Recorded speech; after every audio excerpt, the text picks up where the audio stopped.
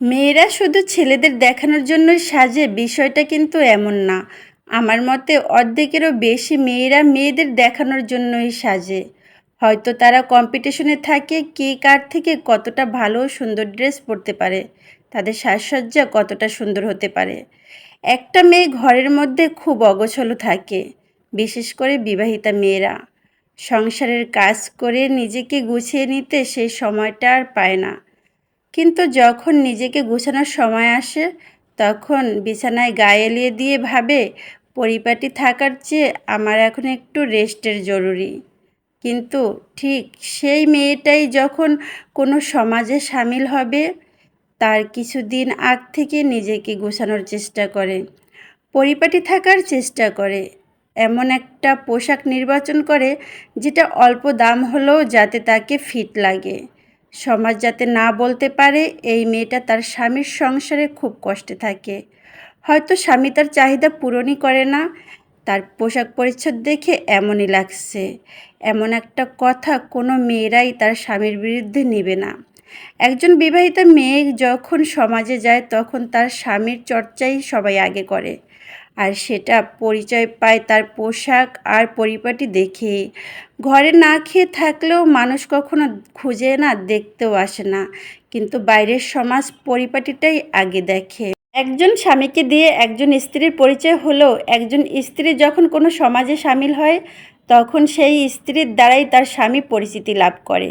কারণ সমাজ খুঁজে মেয়েটার স্বামী তাকে কতটা ভালো রাখে, কতটা যত্ন করে।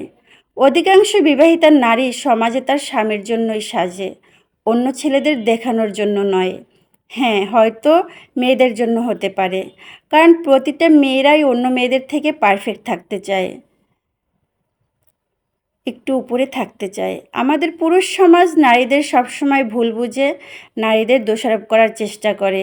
আরে ভাই, সব নারীরাই যদি এক রকমের হতো, তাহলে আপনার মা আপনাকে লালন পালন করে বড় করতেন না, সংসার সঠিকভাবে পরিচালনা করতেন না।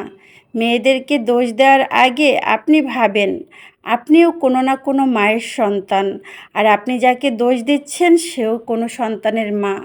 যতটা সম্মান আপনি সেই সন্তানের মাকে করবেন, ঠিক সেই সম্মানটুকু আপনার মাও পাবে। কারণ কষ্ট কিন্তু তিনিও করছেন, আর সেই সন্তানের মাও করছেন। কখনো না বুঝে কাউকে দোষারোপ করার চেষ্টা করবেন না। দিন শেষে হয়তো আপনি ভালো থাকবেন, কিন্তু যাকে আপনি দোষ দিচ্ছেন সেই মানুষটার ভেতরটা কুরে কুরে শেষ হয়ে যাবে।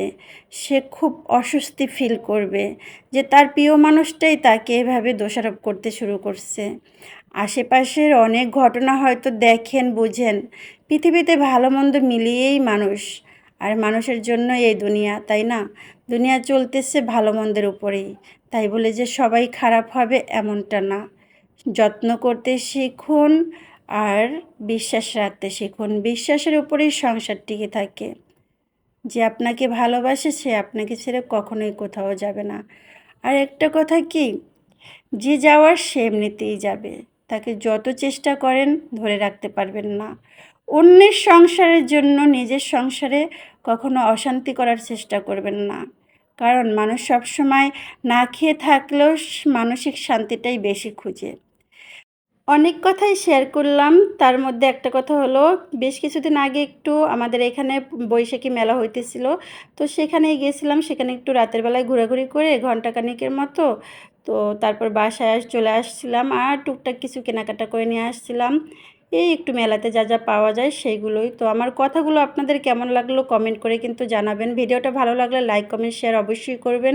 সবাই ভালো থাকবেন, সুস্থ থাকবেন। আজকের মতো এখানেই বিদায় নিচ্ছি। আমার পুরো ভিডিওটা দেখার জন্য অনেক অনেক ধন্যবাদ।